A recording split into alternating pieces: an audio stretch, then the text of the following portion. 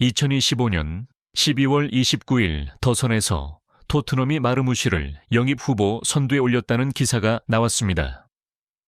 토트넘은 마르무시를 손흥민 대체자로 보고 있으며 굉장한 잠재력을 지녔다고 평가하고 있습니다. 현재 마르무시 선수는 소속팀 맨시티에서 입지가 줄어들고 있으며 최근 아프리카 네이션스컵 차출과 맨시티가 이번 겨울 이적 시장에서 영입할 가능성이 큰 세메뇨 선수가 팀에 합류한다면 입지가 더 줄어들어 결국 이적을 갈 것으로 예상됩니다. 이적 가능성이 가장 큰 클럽은 알려진 바에 따르면 토트넘이며 주급이 상당할 것으로 예상됩니다. 하지만 이 이적설이 흥미로운 이유는 단순히 토트넘이 새로운 윙어를 노린다는 수준이 아니라 구단 내부에서 손흥민의 장기적인 대체자 후보로 마르무시를 보고 있다는 점입니다. 손흥민은 여전히 토트넘의 상징이자 전설이고 결정적인 순간 팀을 살리는 선수였습니다. 그런 그가 없는 마당에 토트넘은 프리미어리그에서 굉장히 부진하고 있죠. 마르무시는 어떤 선수일까요? 마르무시는 기본적으로 왼쪽 윙포워드, 필요시 중앙 스트라이커, 혹은 세컨드 톱까지 소화할 수 있는 멀티 공격 자원입니다. 가장 큰 장점은 폭발적인 스피드, 직선적인 드리블, 과감한 침투 움직임, 그리고 양발 활용 능력입니다. 특히 공간이 열렸을 때의 움직임은 프리미어리그 기준으로 봐도 상당히 위협적인 수준이라는 평가를 받고 있습니다.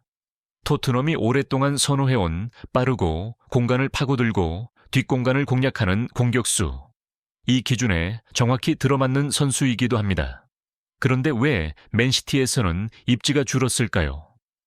문제는 현재 소속팀인 맨체스터 시티입니다. 맨시티는 세계 최고 수준의 스쿼드를 보유한 팀이고 공격진 경쟁은 말 그대로 지옥 난이도입니다.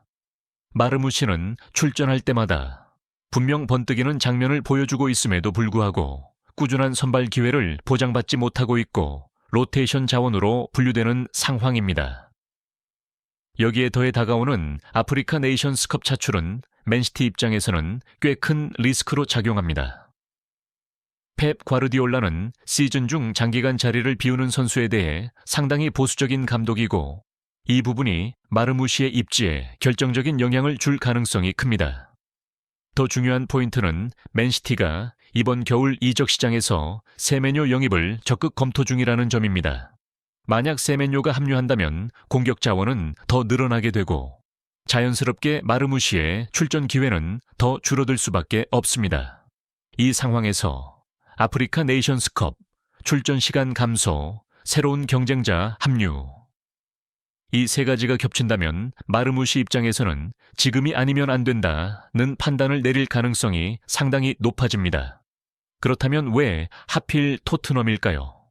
가장 큰 이유는 즉시 주전 혹은 준주전 보장 가능, 프리미어리그 잔류, 공격 전술에서 핵심 역할 가능성, 그리고 무엇보다 손흥민 이후의 포지션 공백 토트넘은 현재 경험 많은 리더 플러스 젊은 공격 자원을 동시에 구성하려는 과도기 단계에 있습니다.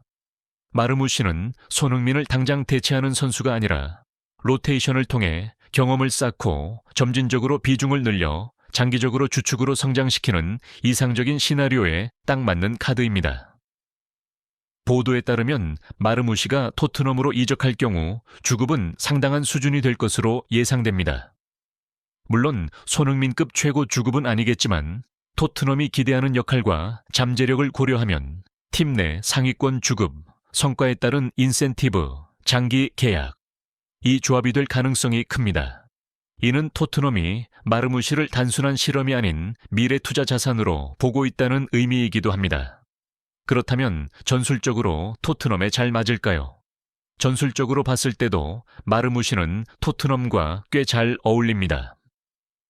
토트넘은 빠른 전환, 측면에서의 1대1, 중앙으로 파고드는 윙어 등 이 요소를 중요하게 사용하고 있고 마르무시는 이 모든 부분에서 높은 점수를 받을 수 있는 선수입니다.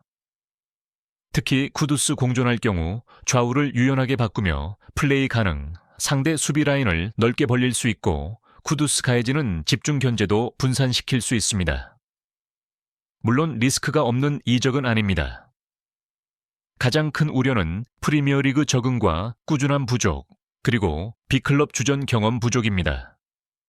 순간적인 임팩트는 확실하지만 한 시즌 내내 꾸준히 팀을 이끌 수 있는지에 대해서는 아직 증명이 필요합니다. 그래서 토트넘도 즉시 손흥민 대체가 아니라 단계적 대체라는 접근을 취하고 있는 것으로 보입니다.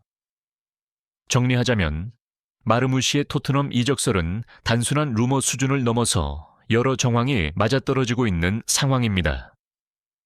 맨시티에서의 입지 감소, 아프리카 네이션스컵 차출, 세멘요 영입 가능성, 그리고 토트넘의 리빌딩 방향까지 이 모든 퍼즐 조각이 하나의 그림으로 이어지고 있습니다.